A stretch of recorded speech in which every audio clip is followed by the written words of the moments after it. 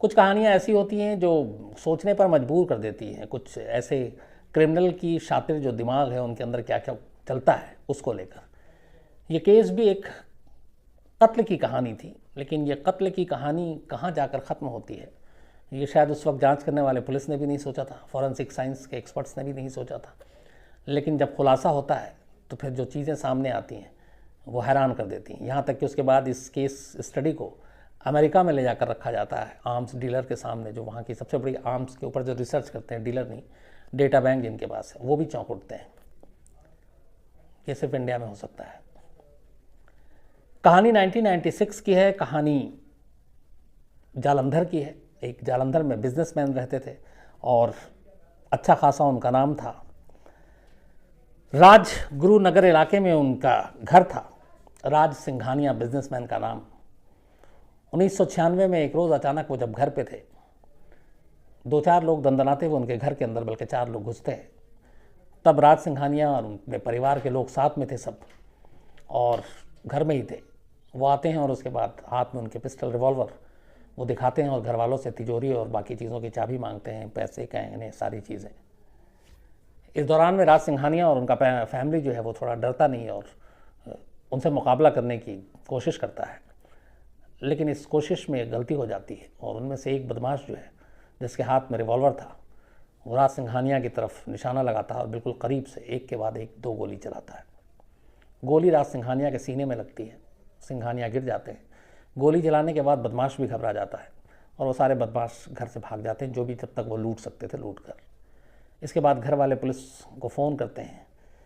चूँकि ये इलाका राजगुरु नगर एक पॉश एरिया है, लुधियाना का ये मामला, जालंधर का नहीं, तो पॉश एरिया में इस तरीके से एक बिजनेसमैन को दिन दहाड़े गोली घर में घुसकर, ये एक लॉ एंड ऑर्डर पे बड़ा सवाल था।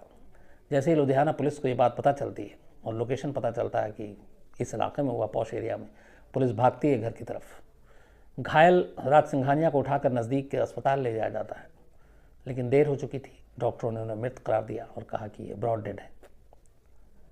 मामला एक बिजनेसमैन के कत्ल का था, एक बड़े बिजनेसमैन का।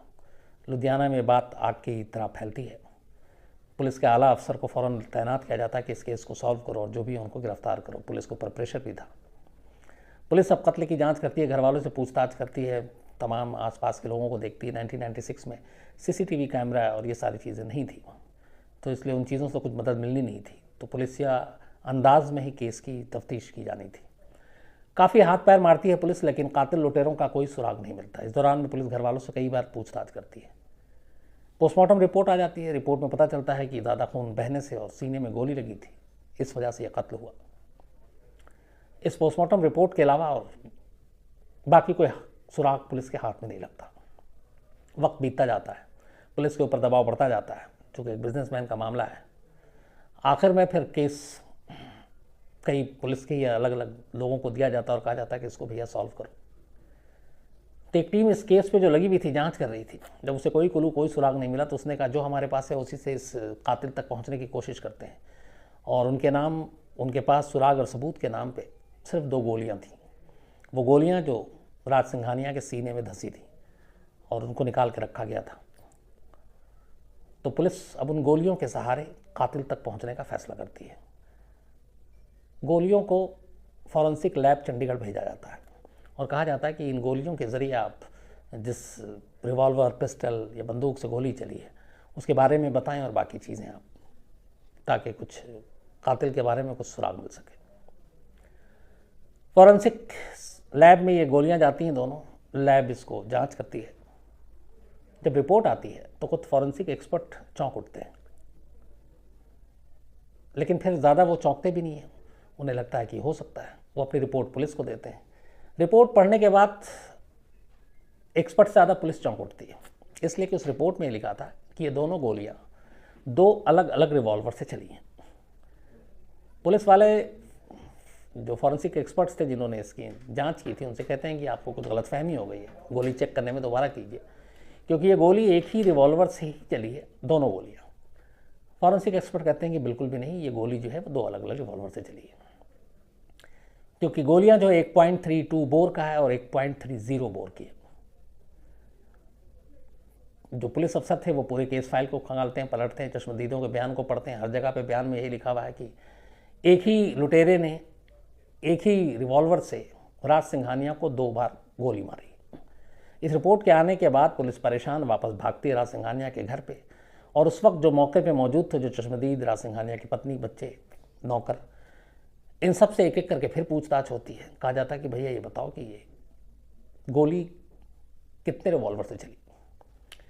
सारे फैमिली वाले कहते हैं कि एक शख्स था, एक लुटेरा था जो राज सिंघानिया के करीब था। उसने जब हाथमपाई हुई, विरोध शुरू किया, तो उसने रिवॉल्वर का मुंह राज सिंघानिया के सीने की तरफ किया और एक के बाद एक उसने 2 गोलियां चला दी, और एक ही शख्स ने एक ही रिवॉल्वर से दोनों गोलियां चलाई। पूरे फैमिली का बयान एक।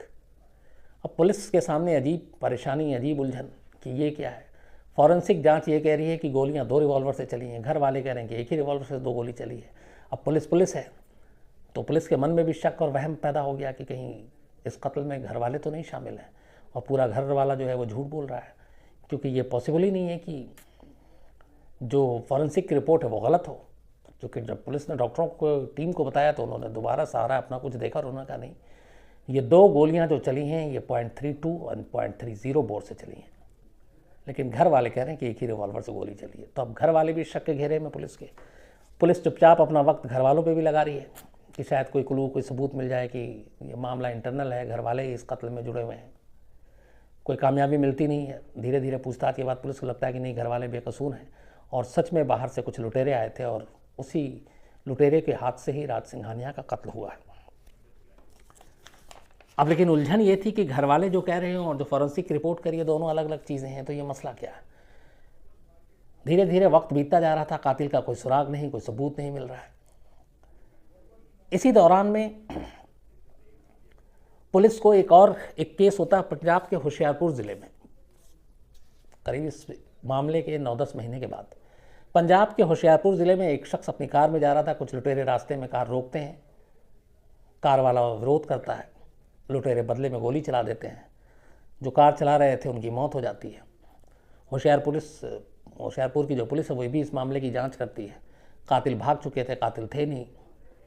तो वहाँ पे भी कातिल तक पहुँचने के लिए होशियारपुर पुलिस, जो गोली उस कार चालक को लगी थी, वो गोली फॉरेंसिक साइंस को भेजती है जांच के लिए, ताकि उस गोली के ज़रिए, क्योंकि ये पुलिस के लिए आम चीज़ होती है कि किसी न किसी सुराग के सहारे कातिल तक पहुँचे, तो उस गोली के ज़रिए कातिल तक पहुँचने की कोशिश करती है। होशियारपुर पुलिस भी वो गोली भेजती है फॉरेंसिक जांच के लिए। अब चंडीगढ़ CFSL लैब में ये गोली आती है होशियारपुर पुलिस की तरफ से। इत्तफाक से इस गोली की भी जो जांच कर रही थी वो वही साइंटिस्ट की टीम कर रही थी जिसने लुधियाना के राज सिंघानिया की 2 गोलियों की जांच की थी। जब होशियारपुर की इस गोली की जांच की तो साइंटिस्ट एक बार फिर हैरान रह गए। उन्होंने पाया कि ये गोली उसी रिवॉल्वर से चली है जिस रिवॉल्वर से राज सिंघानिया को 2 गोली मारी गई थी। अब यहां तक तो बात ठीक थी, लेकिन फिर साइंटिस्ट खुद और परेशान हो जाते हैं। वो ये कि ये जो गोली चली तो सेम रिवॉल्वर से है, लेकिन ये किसी और कैलिबर की, किसी और बोर की है। जो 2 गोली मिली थी .32 बोर, .30 बोर, और इस बार जो गोली मिली वो मिली .32 लॉन्ग बोर की, उससे चली हुई। तो रिवॉल्वर एक, लेकिन बोर अलग अलग। अब फॉरेंसिक साइंस के जो विद्वान वो भी हैरान। अब यहाँ थोड़ा सा मैं इस कहानी को आगे बढ़ाऊँ आपको, सिर्फ एक चीज़, क्योंकि आप में से बहुत सारे लोग शायद जानते हो, बहुत सारे नहीं जानते हो। ये बोर, ये कैलिबर होता क्या है, एक गन की क्या पहचान होती है। बंदूक, रिवॉल्वर, पिस्टल, राइफल, इवन तोप, आपने अक्सर सुना होगा कि इस कैलिबर की है, इतने mm की है, इस बोर की है। ये होता क्या है। जितने भी गन, बंदूक, रिवॉल्वर, पिस्टल बनते हैं, आपने देखा होगा उसकी जो नाली होती है वो पाइप की तरह होती है सारे, और उस पाइप के अंदर से गोली निकलती है।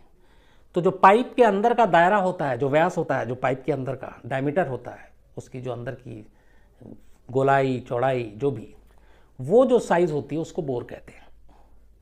अगर सपोज़ ये एक पिस्टल की नली है, ये पिस्टल है मान लीजिए एक, और ये पिस्टल की नली है, तो ये जो गोलाई आप देख रहे हैं, इसके अंदर का जो पूरा दायरा है, जो एरिया है, ये इसको बोर कहते हैं। तो इसके साइज़ के हिसाब से ही पता चलता है कि ये कितने बोर का है। अब उसमें कई चीज़ होती है। ये तो बोर हो गया। एक पिस्टल या रिवॉल्वर या बंदूक या राइफल या इवन तोप भी जो निकलता है गोला, तो आपने देखा होगा तोप का बड़ा समूह होता है जिसके अंदर से वो निकलता है। तो तोप के अंदर के जो पाइप होता है उसकी जो चौड़ाई और गहराई होती है उसको बोर कहते हैं। अब वो तो हो गया बोर, लेकिन वो कितने बोर का है, अब उसकी साइज जो होती है एक्चुअली उसको कैलिबर या एमएम कहते हैं। इसको इस बंदूक की नली या रिवॉल्वर की नली, इसके अंदर के हिस्से को हमने तो बोर कह दिया, लेकिन ये बोर की पूरी साइज़ क्या है, ये साइज़ नापने से पता चलता है कि ये कितने कैलिबर या एमएम का है। कैलिबर और एमएम दोनों एक ही चीज़ होती है, मिलीमीटर और कैलिबर। तो आपने जो अक्सर सुना हो कि 0.32, 0.30 या और भी इसमें कुछ बहुत सारे हैं जिसके 7.62, इसके अलावा 7.65 राइफ़ल की, इसकी AK-47 की। तो सबकी जो कैलिबर और एमएम वो साइज़ होती है उस सुराख की जिसके अंदर से गोली निकलती है, और हर सुराख उस गोली के हिसाब से उसकी साइज़ होती है, क्योंकि इस सुराख के ही हिसाब से उस मेक के गन या पिस्टल या रिवॉल्वर की गोली का साइज़ होता है। तो हमेशा जो आप बोर सुनते हैं, कितने बोर की पिस्टल या एमएम या कैलिबर, वो बेसिकली होता है उसका जिसके अंदर से गोली निकलती है, उस नली के अंदर से, उसको बोर कहते हैं। और नली के अंदर की जो साइज़ होती है, जिस साइज़ की गोली उसमें जाती है, उसको कैलिबर या एमएम कहते हैं। तो ये एक बेसिक चीज़ है। अब ये तो आप समझ गए। तो अब यहाँ पे कहानी ये हो रही है कि जो राज सिंघानिया को गोली मारी गई, घर वालों ने कहा कि एक ही आदमी ने गोली मारी, एक ही पिस्टल से गोली मारी, और वो 2 गोली निकली और दोनों गोली उनके सीने में लगी। फॉरेंसिक एक्सपर्ट्स कह रहे हैं जांच करने के बाद कि जो 2 गोली है ये 2 अलग अलग रिवॉल्वर या 2 अलग अलग पिस्टल से निकली, एक ही पिस्टल से नहीं निकली। अब वो क्यों ऐसा कह रहे हैं, उनके कहने के पीछे तर्क ये है कि ये दोनों गोलियां अलग अलग बोर की हैं, जो मैंने भी आपको समझाया। एक साइज़ के हिसाब से एक गोली 0.32 की है, एक गोली 0.30 की है, और जो अलग अलग बोर की गोलियां होती हैं वो एक ही गन से, जिस गन का जो बोर होता है, जो साइज़ होती है उसकी नली की, वो उसमें सिर्फ वही गोली फायर कर सकता है जिस गोली का साइज़ उस नली में फिट बैठता हो।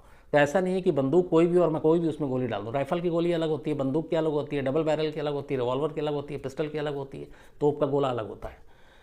तो यहाँ पे फॉरेंसिक साइंस इसलिए कंफ्यूज था कि ये गोली जो है ये दोनों 2 अलग अलग बोर की है, मतलब 2 पिस्टल से चली है, जबकि घर वाले विटनेस कह रहे हैं कि एक ही पिस्टल से चली। ये कन्फ्यूज़न। अब जो होशियारपुर में पकड़ाता है वो गोली भी, वहाँ पे ये पता चलता है कि ये गोली उसी पिस्टल से चली है जिस पिस्टल से बाकी दोनों गोलियां चली थी राज सिंघानिया को कत्ल करने के लिए। लेकिन अब यहाँ एक सवाल है, बोर आपने बता दिया, अब होशियारपुर से जो गोली लाई गई वो गोली देखकर आप कैसे कह सकते हैं कि राज सिंघानिया को जो 2 गोली मारी गई थी ये तीनों गोली एक ही पिस्टल से चली है, क्योंकि पिस्टल तो है नहीं फॉरेंसिक के पास। तो गोली देखकर कैसे बताया जा सकता है कि सेम पिस्टल से ये गोली चली है, जबकि तीनों गोली के जांच के दौरान में पिस्टल अभी तक नहीं लगी है हाथ पुलिस के ना फॉरेंसिक एक्सपर्ट्स के।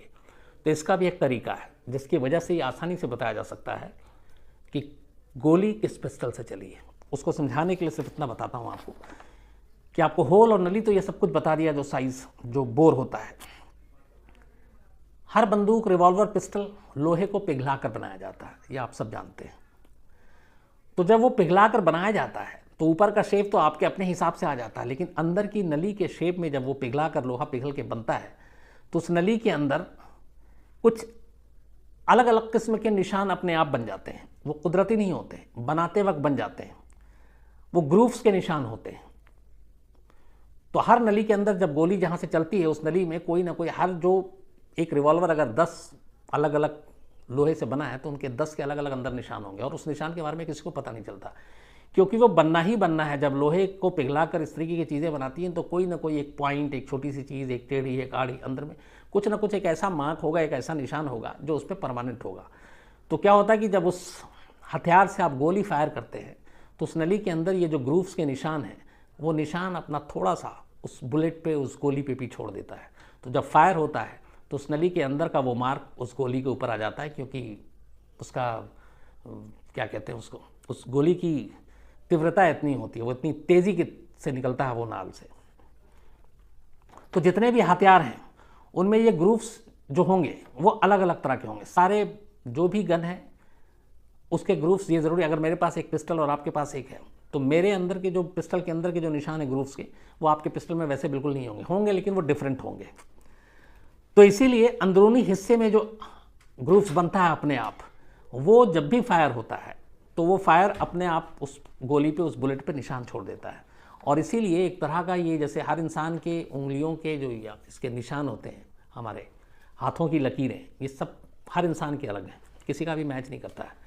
सेम बंदूक के साथ है कि उसके अंदर की जब नाल बनती है तो वो एक अलग तरह का मार्क छोड़ जाता है। और इसीलिए आराम से फॉरेंसिक जांच के दौरान ये पता चल जाता है कि ये एक ही पिस्टल से चली है। अब यहाँ पे क्या हुआ कि जो राज सिंघानिया को गोली मारी गई दोनों, उसके बुलेट के ऊपर एक मार्क था, एक अजीब सा मार्क था, पर दोनों बुलेट पे एक ही जैसा था, क्योंकि वो दोनों बुलेट एक ही पिस्टल से चली थी।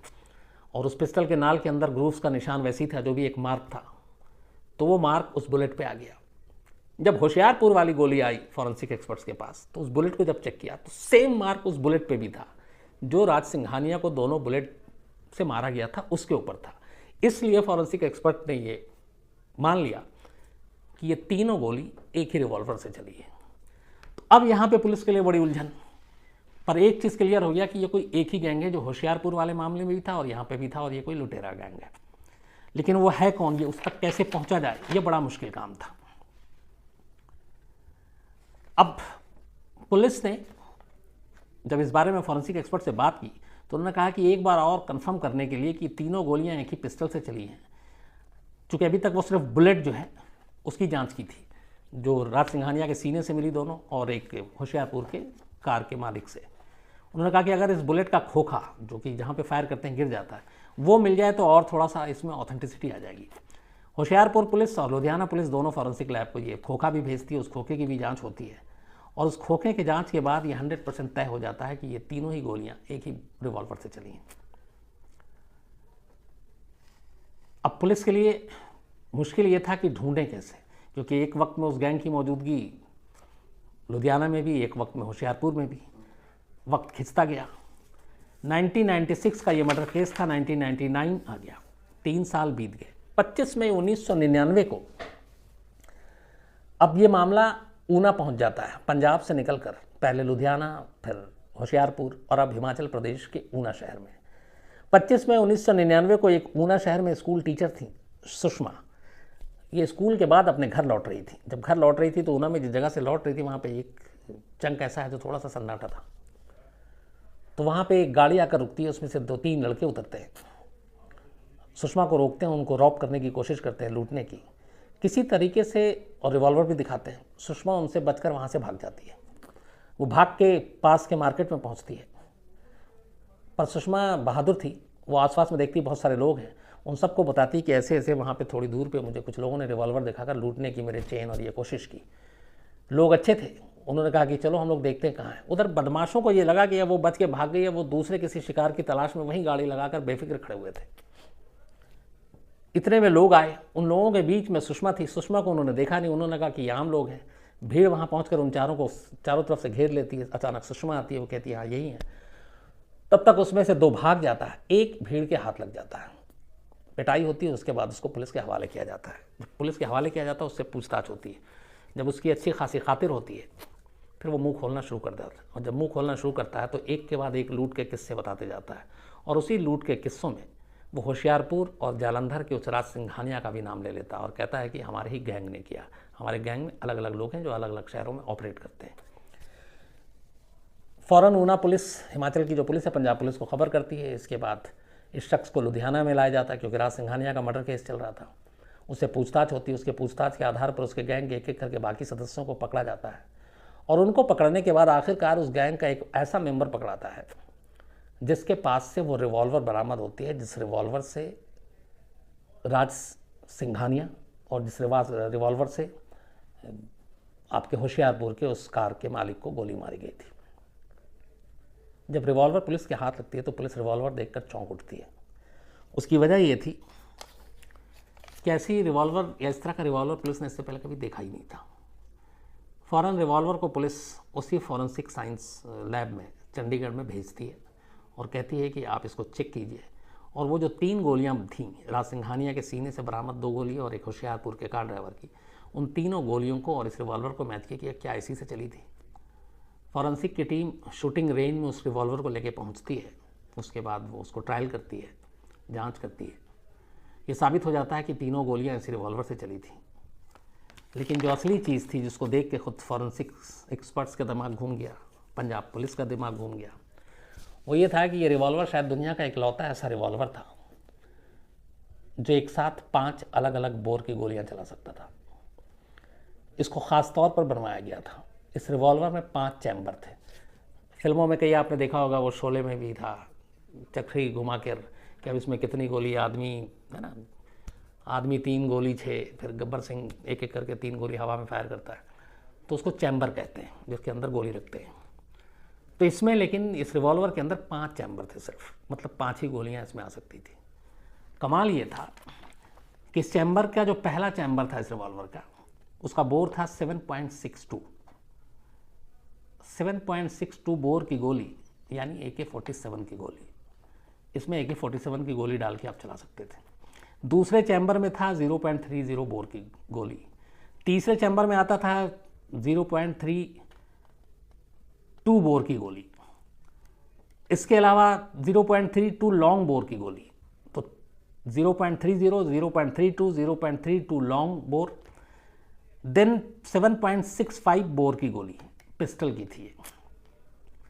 तो AK-47 से लेकर अलग अलग बोर की गोलियां एक रिवॉल्वर से फायर हो रही थी, और इसको इस अंदाज में ही बनाया गया था। जब इसकी सारी चीज़ें हो गई, और कमाल ये था कि ये सारे अलग अलग बोर के एक ही रिवॉल्वर में होने के बावजूद जब फॉरेंसिक एक्सपर्ट ने इसको चेक किया तो सारी गोलियां अपने निशाने पर जा रही थी। ऐसा नहीं था कि एक ही रिवॉल्वर के अलग अलग चैम्बर बने हैं और उससे निशाना भटक रहा है। वो एक्यूरेट टारगेट लेता था, एक्यूरेट निशाना लेता था। तो इतने दिमाग से इसको बनाया गया था। और इसी 5, एक रिवॉल्वर और 5 अलग अलग चैम्बर, मतलब 5 तरह की गोलियां, जिसने इस केस को इतना उलझा कर रख दिया था कि सिंघानिया के परिवार वालों तक पर पुलिस को शक करना पड़ा। इस तरीके से ये केस सॉल्व होता है। इस केस के सॉल्व होने के बाद इसके ऊपर बाकायदा फिर इस पुलिस के लिए एक तरह के स्टडी का काम था। ये रिवॉल्वर अपने आप में, इस पर पूरा स्टडी होता है। और फिर फॉरेंसिक एक्सपर्ट जो है 3 मार्च 2004 को एक पूरी इस पर स्टडी करने के बाद अमेरिका की जो सबसे बड़ी आर्म्स डेटा बैंक है, जो दुनिया के अलग अलग हथियारों के ऊपर पूरा रिसर्च करते हैं और किस किस तरीके के, और आम पूरी दुनिया की पुलिस भी मदद लेती है। कई बार ऐसे असलहे या हथियार आते हैं कि ये क्या है, इसका मेक क्या है, ये कैसे हो सकता है। तो वो वहाँ पे हमारे जो एक्सपर्ट थे फॉरेंसिक, ये इन्होंने अमेरिका के सामने पेश किया और वहाँ के डेटा बैंक के सामने रखा, इसलिए कि ताकि इसको देखकर बाकी और जो केसेस हैं दुनिया में शायद उससे उसको सुलझाने में मदद करे। तो इस पर एक बड़ी कामयाबी थी। और जब ये डेटा बैंक में दिया गया तो ये कहा जाता है कि उस वक्त वहाँ के भी जो एक्सपर्ट्स थे वो भी हंसे। उन्हें लगा कि ये क्या एक कारनामा था। और एक ऐसा बंदूक जिसके अंदर से 47 की भी, AK-47 की भी गोली चले, पिस्टल की भी चले, रिवॉल्वर की भी चले, बंदूक की भी चले, अलग अलग बोर की चले, और ये क्रिमिनल के दिमाग की उपज थी। तो ये थी कहानी। एक रिवॉल्वर से चली अलग अलग किस्म की गोलियां, जिसने पुलिस को उलझा कर रख दिया, जिसने फॉरेंसिक एक्सपर्ट्स को उलझा कर रख दिया। लेकिन आखिरकार वो पकड़े गए, सज़ा हुई और फिर केस खुल गया। तो आज कहानी में इतना ही।